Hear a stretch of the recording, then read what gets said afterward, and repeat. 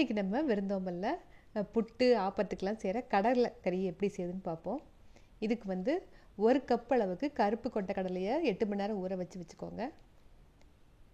ஊற வச்ச தண்ணியை திரும்ப ஒரு தடவை கழுவிட்டு ப்ரெஷர் குக்கரில் சேர்த்துட்டு 1 கப்புலேருந்து 1.5 கப் அளவுக்கு தண்ணி சேர்த்துட்டு ஒரு அரை டீஸ்பூன் அளவு உப்பு சேர்த்து ஒரு 10 விசில் 7லேருந்து 10 விசில் வரைக்கும் நல்லா வேக வச்சு எடுத்துக்கோங்க. நல்லா சாஃப்டாக வேக வச்சு எடுத்துக்கணும். இப்போ இந்த கடலைக்கறிக்கு ஒரு மசாலா செய்ய போகிறோம். அதுக்கு அரை டீஸ்பூன் சோம்பு, 3 கிராம்பு, கொஞ்சம் பட்டை, இது வந்து ஜாதிபத்திரி, இது எல்லாத்தையும் நம்ம லேசாக கடாயை சூடாக்கிட்டு லேசாக வாசம் வர வரைக்கும் லேசாக வறுத்துட்டு அதுக்கப்புறம் நம்ம வந்து பொடிக்க போகிறோம். இந்த மசாலாவுக்கு வந்து இந்த பொடி தான் நல்ல ஒரு ஃப்ளேவர் கொடுக்கும். சோம்புலேருந்து லேசாக ஒரு வாசம் வரும்.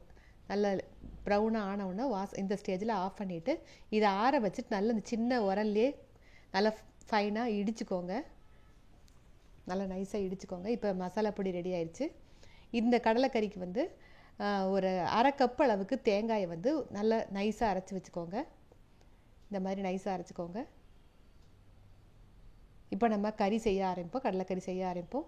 கடாயில் ஒரு 2 டேபிள் ஸ்பூன் தேங்காய் எண்ணெய் ஊற்றி சூடானதும் அதில் ஒரு டீஸ்பூன் கடுகு உளுந்து சேர்த்து தாளிச்சிட்டு கூடவே 1 டீஸ்பூன் அளவுக்கு பொடியாக நறுக்கின இஞ்சி, அது கூட ஒரு அரை கப் அளவுக்கு பொடியாக நறுக்கின சின்ன வெங்காயம், கொஞ்சம் கருவேப்பிலை. நீங்கள் சின்ன வெங்காயத்துக்கு பதிலாக ஒரு மீடியம் சைஸாக இருக்க பெரிய வெங்காயம் கூட சேர்த்துக்கலாம். ஆனால் கடலைக்கறிக்கு வந்து சின்ன வெங்காயம் தான் நல்ல டேஸ்ட் கொடுக்கும். இதை நல்லா கைவிடாமல் கொஞ்சம் வதக்கிடுவோம். வதக்கினதுக்கப்புறம் ஒரு தக்காளியை பொடியாக கட் பண்ணி வச்சுருக்கேன், அதை சேர்க்க போகிறோம். இப்போ எல்லாத்தையும் சேர்த்து நல்லா வதக்கிட்டு இப்போ இதுக்கு வந்து நம்ம மசாலா பொடி வந்து நம்ம பொடிச்சு வச்சுருக்கோம். அது கூடவே நம்ம வந்து கொஞ்சம் போல் மிளகாய்த்தூள், தனியாத்தூள்லாம் சேர்க்க போகிறோம். இப்போ தக்காளி வதங்கின உடனே ஒரு 1/4 டீஸ்பூன் அளவுக்கு மஞ்சள் தூள், ஒரு அரை டீஸ்பூன் அளவுக்கு மிளகாய்த்தூள். இங்கே காரம் வந்து உங்கள் காரத்துக்கு தகுந்த மாதிரி இன்னும் கொஞ்சம் வேணும்னா அதிகமாக்கிக்கலாம். அப்புறம் ஒரு அரை டீஸ்பூன் அளவுக்கு தனியாத்தூள், இதெல்லாத்தையும் சேர்த்து நல்லா மிக்ஸ் பண்ணிவிட்டு அதுக்கப்புறம் ஒரு 1/4 டீஸ்பூன் மிளகுத்தூள் சேர்க்கணும், கருப்பு மிளகுத்தூள். இப்போ நல்லா வதங்கிருச்சு. எல்லா மசாலாலாம் சேர்த்து நல்லா பரட்டியாச்சு. இந்த ஸ்டேஜில் மிளகுத்தூள் சேர்த்துக்கோங்க. 1/4 டீஸ்பூன் சேர்த்தா போதும், ரொம்ப சேர்க்கணும்னு அவசியம் இல்லை. நல்ல ஒரு ஃப்ளேவர் கொடுக்கும்.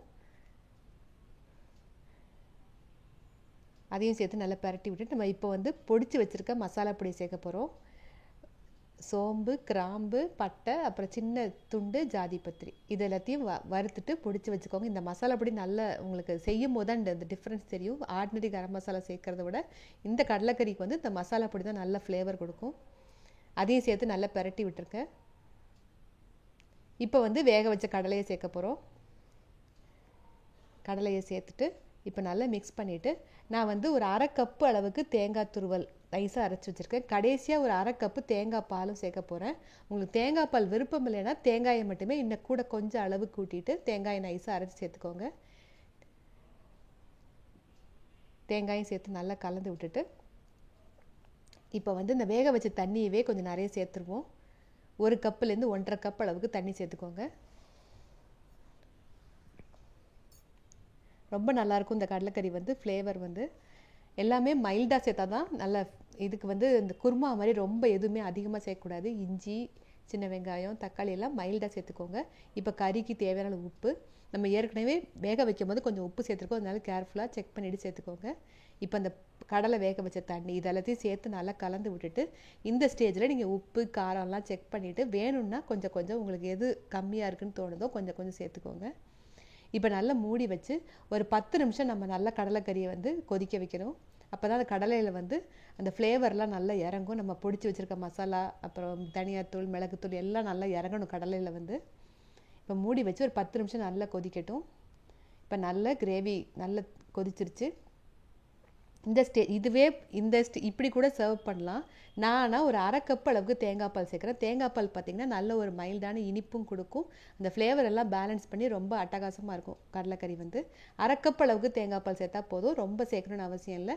நீங்கள் 1 கப்பு தேங்காயை நல்லா நைஸாக அரைச்சிட்டு திக்காக எடுத்துக்கோங்க. தேங்காய் பால் வந்து தேங்காய் பால் சேர்த்துட்டு ரொம்ப நேரம் கொதிக்க வைக்க வேண்டாம்.